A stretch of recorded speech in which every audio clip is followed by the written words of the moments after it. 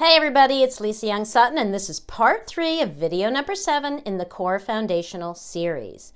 And today we're just going to look at the topic of work for Kronos. Now, my work card is the moon, and the moon is also the work card for the woman who sent me this spread. Okay, so the moon is near.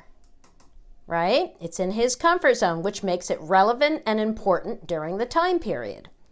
Because it's near, rather than very near, we do have cards that sit between him and it, so I always consider those.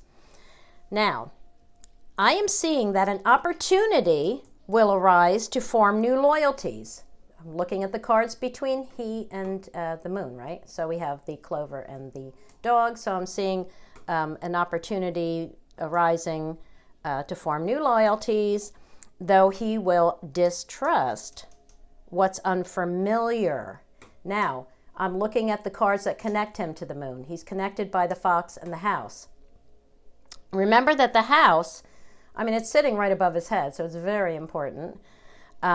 It represents his comfort zone, right? The house. It's his safe place. It represents what he's familiar with and what he's comfortable with. And this is going to be very much on his mind during the next 8 months. Now, I'm going to knight the work card also.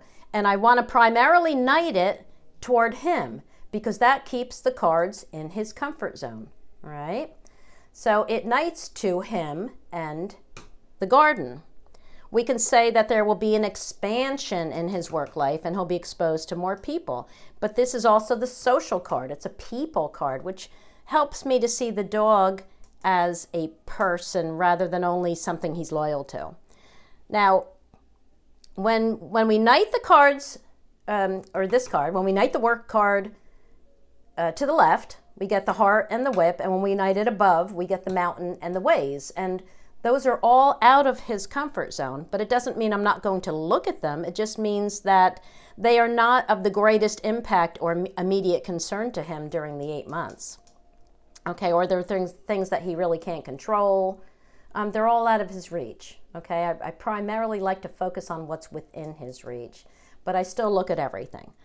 So, what I would say about the heart and the whip is that he's not going to be sure how he feels, right, about these changes at work. He's going to go back and forth. This is the repetitive card. It's the card of discord and disagreements. He's going to be disagreeing with himself regarding how he feels, right?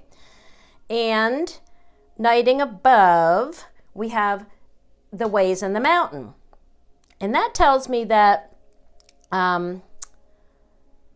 these changes coming will ultimately be a challenge for him it's going to be a challenge for him to make a decision. And we could also say that some options, this card of options, may be blocked. And his ability to see alternatives is out of his reach at this time, right? They're kind of blocked from him, but this is also out of his reach. So he really doesn't have access to alternatives or to seeing alternatives during this time. Now, I look at the column of my work card, right? My life area cards. I look at the column as well. And I can say that a lot of, right, this is the card of many of something. It's the card of abundance. So it's a very positive card, but there's going to be a lot of changes coming to him at work. And he's going to distrust at least some of them, he's going to distrust and be uneasy about. That's the birds. Okay, so now let's look at the box around the moon. The moon has a full box around it.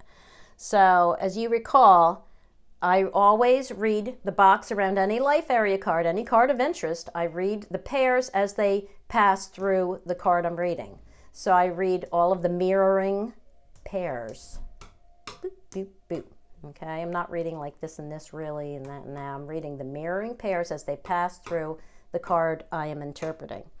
So I could say, let's see, we have 1 and 18. So I could say there will be an attractive or not an attractive, well, he could be attractive, but there's going to be a new person coming in, right? Like a new work colleague. Friend regarding work, I call that a colleague, all right? There will be an attractive, that's the bouquet, attractive venture, an attractive opportunity for Kronos to make more money and advance his position, okay? Make more money, right? And this is the card of going further, advancing, right? New money, new opportunities coming in, right? All of that.